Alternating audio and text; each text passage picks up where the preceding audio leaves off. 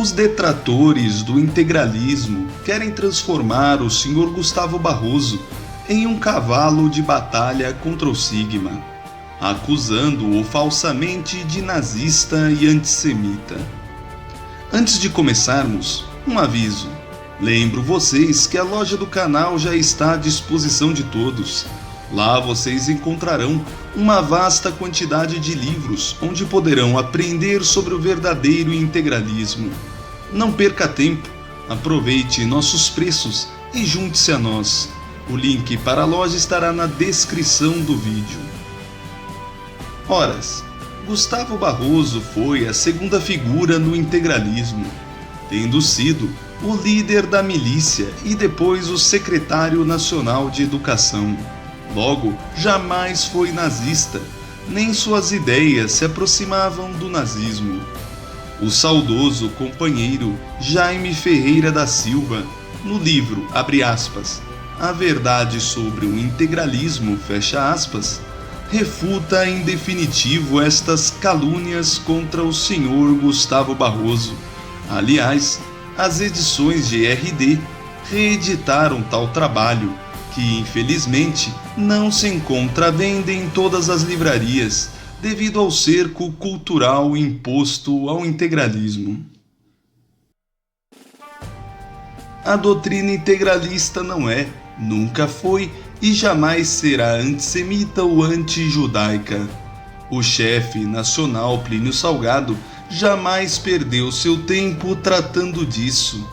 Nas obras O que é o integralismo, Psicologia da Revolução e Na Quarta Humanidade, entre outras, Plínio Salgado explica-nos com clareza como o mundo e o Brasil chegaram à situação lamentável em que se encontram, sem precisar lançar mão de qualquer teoria conspiratória. Todavia, Barroso, sem negar validade à interpretação do chefe, pessoal e particularmente, acreditava que estava em curso uma conspiração para a escravização de toda a humanidade. É um ponto de vista adotado ainda hoje por muitos, tanto integralistas como não integralistas e até anti-integralistas. Para esses últimos, nós integralistas também somos agente desta conspiração. O integralismo basta a si mesmo, não precisa ser enriquecido por outros ismos. Quero enfatizar que Gustavo Barroso não era racista, pelo contrário era antirracista, como nós poderemos acompanhar. Quando uma editora gaúcha, de ideologia duvidosa para dizer o mínimo, a Revisão, anunciou que iria reeditar toda a obra de Gustavo Barroso, devo confessar que, infelizmente, não acreditei, e por dois motivos. Primeiro, a obra barrosiana é tão vasta, só perde para a de Coelho Neto, que escaparia completamente de sua capacidade editorial. Segundo, a posição ideológica do editor o levaria, sem sombra de dúvida, a publicar somente os volumes dedicados às questões judaica e maçônica. Todas as publicações da Revisão devem ser usadas com extrema cautela, pois contém inúmeros erros de tradução, de gramática, de digitação, diagramação e muitos outros. Faltou revisão. Além das liberdades que a editora toma, por exemplo, a reedição dos protocolos contém notas do editor e uns comentários no final totalmente dispensáveis, razão pela qual muitos preferem as edições da Minerva dos anos 30. A obra integralista de Barroso não é pequena, contendo os seguintes títulos: O Integralismo em Marcha, Brasil, Colônia de Banqueiros, O Integralismo de Norte a Sul, O Quarto Império, A Palavra e o Pensamento Integralista, História Militar do Brasil, O que o integralista deve saber, O Integralista e o Mundo, Espírito do Século XX, História Secreta do Brasil, 3 volumes, A Sinagoga Paulista, judaísmo, maçonaria e comunismo, integralismo e catolicismo, reflexões de um bode e comunismo, cristianismo e corporativismo. É o segundo autor integralista em número de livros, só perdendo para o chefe e superando Reale, que só publicou 7 livros de doutrina. Não são obras integralistas os Protocolos dos Sábios de Sião e Maçonaria, seita judaica, de autoria de I. Bertrand, que apenas foram traduzidas pelo Barroso. Os protocolos foram publicados originalmente em russo em 1902, quando Plínio contava 7 anos de idade e era uma criança livre e despreocupada, brincando alegremente em São Bento do Sapucaí. O integralismo surgira muito tempo depois. O companheiro Sérgio de Vasconcelos, livreiro por profissão, nos alerta que outro mito que deve acabar é aquele que diz que existe uma caça aos livros de Gustavo Barroso nos sebos. Passo agora a narrar a história contada pelo companheiro Sérgio no link que deixarei na descrição do vídeo. Nos conta o companheiro: vou dizer algo que certamente desagradará a alguns concorrentes. Os livreiros inventam histórias para valorizar as obras que desejam vender. Darei alguns exemplos. A Igreja Católica manda comprar todos os exemplares do livro Os Crimes dos Papas, onde seria narrada a história criminosa do papado. Aqui no Rio, chegava-se a mencionar o nome do cardeal. Até eu acreditei bisonhamente na história e esperava para qualquer momento receber a visita de um representante da cúria arquiepiscopal. O tempo foi passando, o enviado do cardeal não aparecia e finalmente um exemplar da obra caiu-me nas mãos. Imediatamente fui lê-lo. Então percebi o logro. O livro é uma porcaria, totalmente fantasioso, fictício, enfim, uma droga.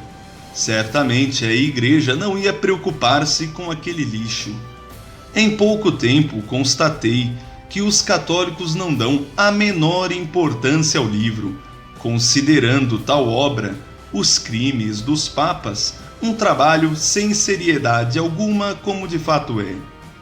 Só os maçons e espíritas o adquiriam e, ao fazê-lo, ainda repetiam a cantilena mitológica, criada por comerciantes inescrupulosos para tosqueá-los. Confesso que ganhei dinheiro. Agora, o livro Os Crimes dos Papas foram reeditados e o seu preço caiu, mas tenho certeza que algum livreiro esperto vai espalhar que a nova edição foi adulterada pela Igreja Católica, que a melhor é a edição antiga, esgotada, raríssima, e que a Igreja Católica compra para destruir. E muitos ingênuos vão acreditar e pagar preços exorbitantes por um livro que não vale o papel em que está impresso. Continua o companheiro Sérgio nos contando sobre esses mitos. A Igreja Católica compra para destruir todos os exemplares do livro O Papa e o Concílio de Janos, que foi traduzido por Rui Barbosa. Que o livro não é mais publicado porque o renomado jurista reconciliou-se com a Igreja e, por insistência das autoridades eclesiásticas, concordou que não fosse mais reeditado. Agora, os fatos. Rui Barbosa foi convidado por Saldanha Marinho, líder da maçonaria, para prefaciar um livro totalmente anticatólico sobre o Concílio Vaticano, o I, escrito por um maçom sob o pseudônimo de Janus. Rui Barbosa, que passava por uma fase anticlerical, aceitou a encomenda e escreveu um prefácio que ocupa 3/4 do livro, onde não poupa críticas ao papado. Não é verdade que não tenha sido reeditado e esteja esgotado, como propalam muitos livreiros, pois faz parte das obras completas de Rui Barbosa e pode ser comprado na casa de Rui Barbosa por um preço inferior ao dos sebos, onde incautos maçons e protestantes o compram e se deliciam com o seu ultrapassado anticlericalismo. A Monita Secreta, livro onde constariam as instruções secretas dos jesuítas, seria outra obra, abre aspas, caçada, fecha aspas, nos sebos, para destruição pelos discípulos de Santo Inácio de Loyola. Pois bem, a Monita Secreta é outro livro forjado pelo espírito antirreligioso do século XIX. Não é obra dos jesuítas, e estes não o procuram pelos sebos. Somente maçons ainda acreditam nesta bobagem e o compram. Também foi reeditado recentemente. Não existem, pois, comandos de judeus e maçons varrendo os sebos atrás dos célebres protocolos. Mas não é isso que contam os meus concorrentes. E por conta da lenda, cobram caríssimo, principalmente se for a tradução de Gustavo Barroso, que é a melhor. Aliás, mesmo com a reedição da versão do Barroso, os preços dos protocolos não caíram nos sebos, pelo contrário, aumentaram muito. Chegou-nos ao conhecimento de que a política da comunidade judaica em relação a este livro é apresentar uma queixa de antissemitismo contra o livreiro, que tem de ir à delegacia se explicar. O que é no mínimo curioso, pois conheci um livreiro judeu, já saiu do ramo, que vendia os protocolos e qualquer literatura antissemita que lhe caía nas mãos, por um bom preço, é claro. Seria ele nazista e antissemita? Enfim, se alguém quiser ler Barroso, procure-o nos sebos, pois, nas bibliotecas, seus livros estão sumidos. Recentemente, os inimigos do Brasil têm tentado utilizar-se de outra obra de Barroso, abre aspas, O Integralismo e o Mundo, fecha aspas. Horas, o livro O Integralismo e o Mundo foi publicado originalmente em 1936 e sua finalidade era passar em revista os movimentos nacionalistas que vicejavam por todo o mundo, naquele período, do Afeganistão ao Uruguai.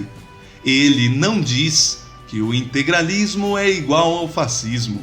Pelo contrário, diz apenas, abre aspas, de todos os movimentos de caráter fascista, e assim os denominamos por falta de expressão mais apropriada para a sua generalidade.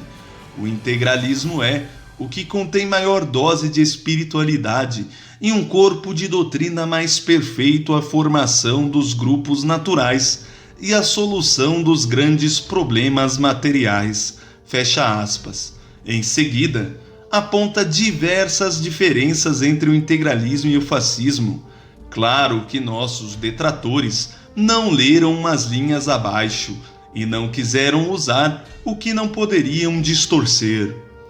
Aos que estiverem interessados em verificar a exatidão do que digo, sugiro a segunda edição de O Integralismo e o Mundo, Rio de Janeiro, Civilização Brasileira de 1937, página 290. Para encerrar as ponderações retiradas do artigo do companheiro Sérgio, leio este seu último parágrafo, depois do que farei breves considerações da minha parte.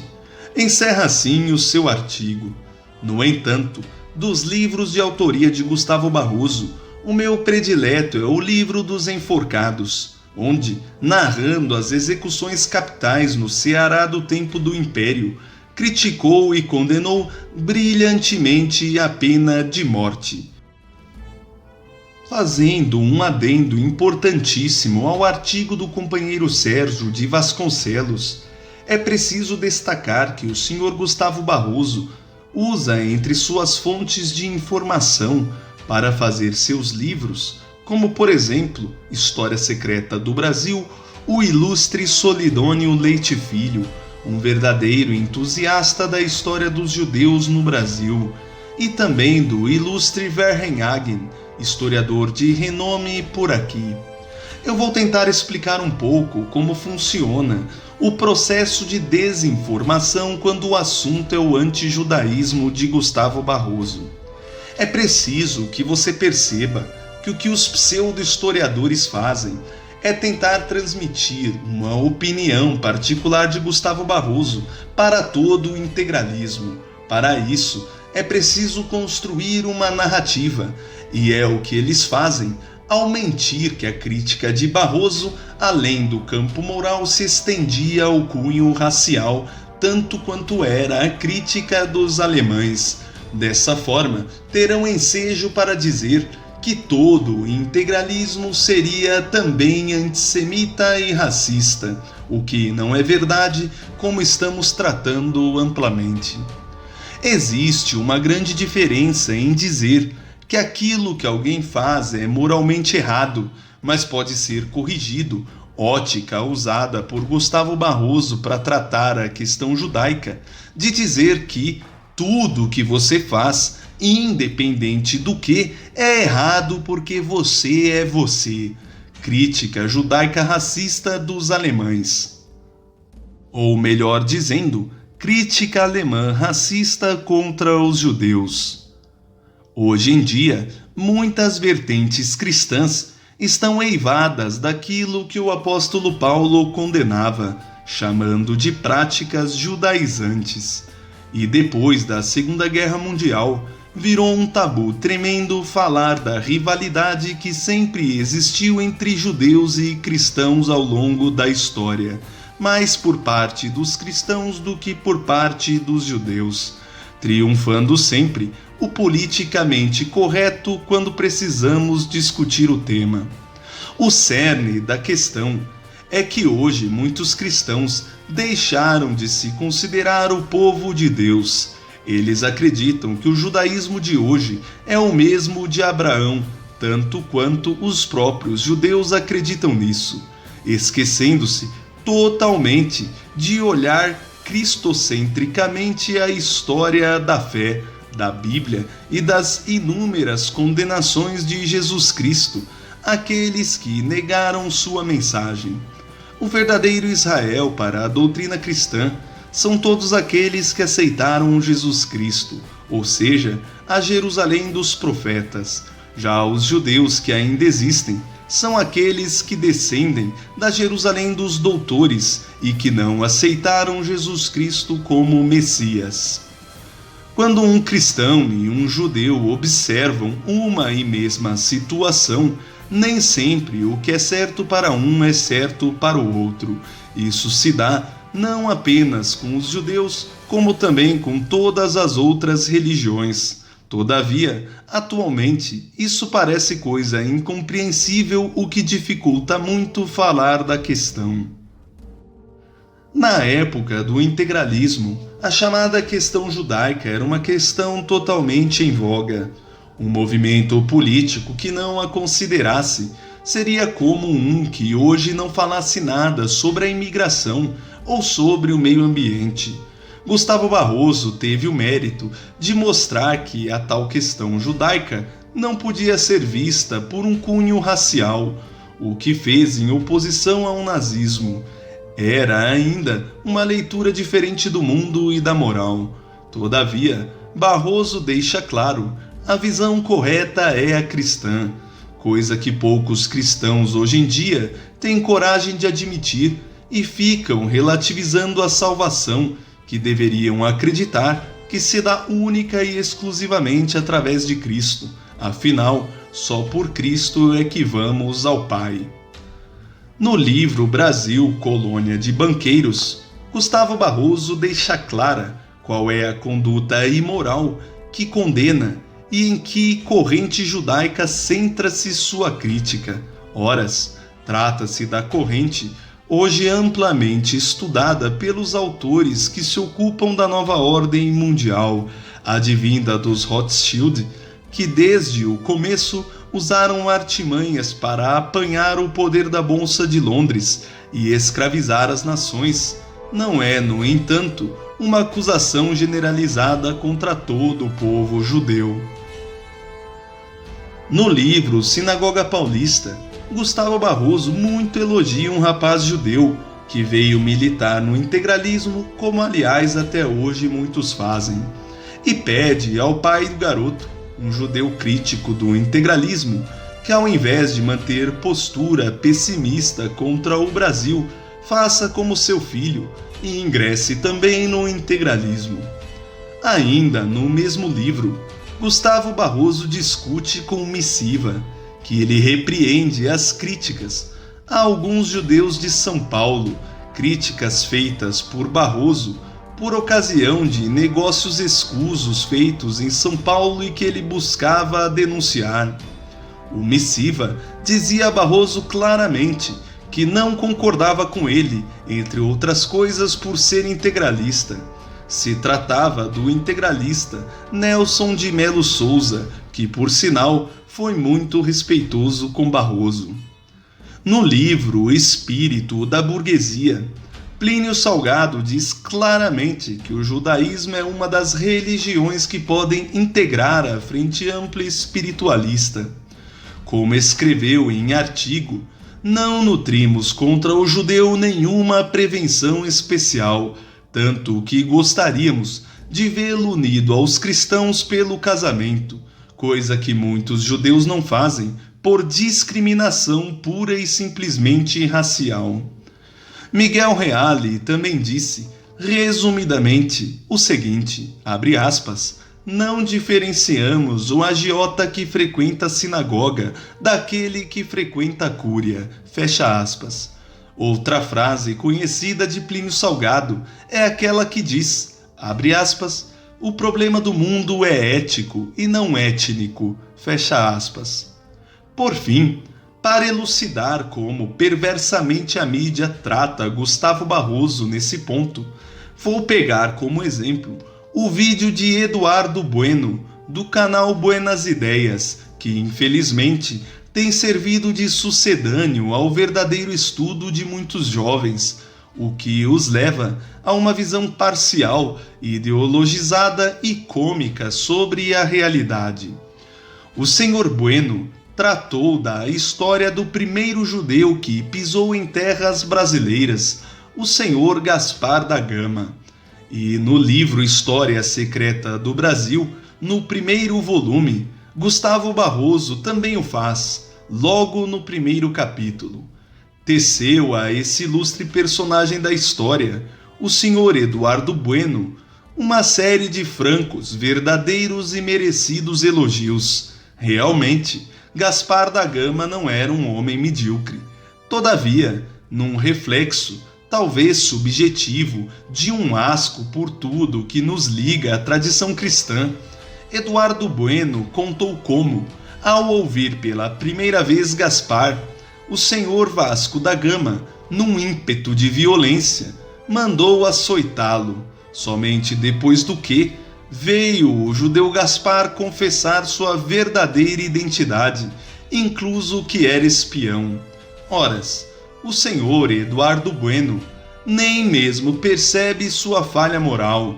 Aí está a diferença de Barroso, que toma lado, o lado cristão. Para Barroso, Vasco da Gama foi extremamente sábio em perceber nos gestos do judeu Gaspar que ele não era nada daquilo que estava dizendo, e por mandar açoitá-lo, coisa que depois de algumas chibatadas fê-lo confessar sua verdadeira identidade. Horas, para o senhor Eduardo Bueno, os cristãos deveriam ter acreditado no judeu Gaspar e dado ao espião o que ele desejava. Para Gustavo Barroso, o senhor Vasco da Gama foi muito misericordioso, poupando a vida de Gaspar, pelo que pôde ganhar as graças do rei de Portugal mais tarde, e mesmo assim, no final, renunciar a toda a benfeitoria feita a ele. É o choque entre a moral cristã e a moral relativa, politicamente correta e dúbia de hoje, que faz de Gustavo Barroso uma figura que precisa ser passada a limpo. Gustavo Barroso, sem sombra de dúvida, não foi esse sujeito mauzão. Por fim, e para finalizar, É nosso desejo que todas as religiões encontrem o caminho da harmonia, da tolerância e possam viver juntas e conviver em paz. Entretanto, para que o verdadeiro diálogo aconteça, é necessário se preservar quem nós somos. É também muitíssimo importante que a memória histórica, tanto dos erros e dos acertos, não seja jamais esquecida. Pelo bem do Brasil, Anauê.